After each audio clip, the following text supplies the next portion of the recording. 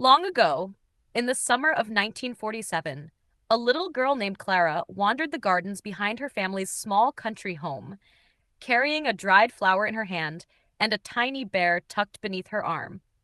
Clara loved growing things more than anything else in the world. While other children spent their afternoons inside, Clara could always be found sitting beside the chamomile, brushing her fingers across lavender blossoms, or watching bees drift lazily through the warm summer air. She believed every garden carried its own kind of magic if it was cared for gently enough.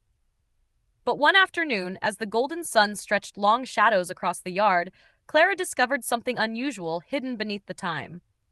There, tucked quietly between the tiny leaves, was a narrow winding path she had never seen before.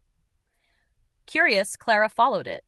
The path twisted through the herbs and flowers until suddenly the air around her grew warm and bright. The scent of lavender filled the breeze, and for just a moment the whole world seemed to shimmer like sunlight on water. Then everything became still. When Clara stepped forward again, the world had changed. The garden around her was bigger now, wilder, more alive. Raised beds overflowed with garlic and blooming chives. Chamomile danced taller than before. Strawberries ripened beneath thick green leaves. Lavender swayed gently beside winding garden paths. Clara looked around in amazement. She did not know it yet, but somehow the little hidden path had carried her far into the future. Hidden quietly among the flowers, the orchardkin watched the young visitor carefully as she wandered through the beautiful garden. They could see immediately that Clara understood the orchard in the same way they did. Not simply as a place to grow food, but as a living world filled with care, patience, kindness, and quiet magic. Clara wandered slowly through the pathways, admiring every growing thing she passed. She sat peacefully among the thyme, listening to the bees hum softly in the afternoon sun.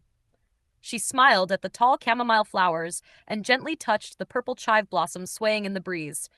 Everything felt familiar to her somehow, as though the garden itself remembered her.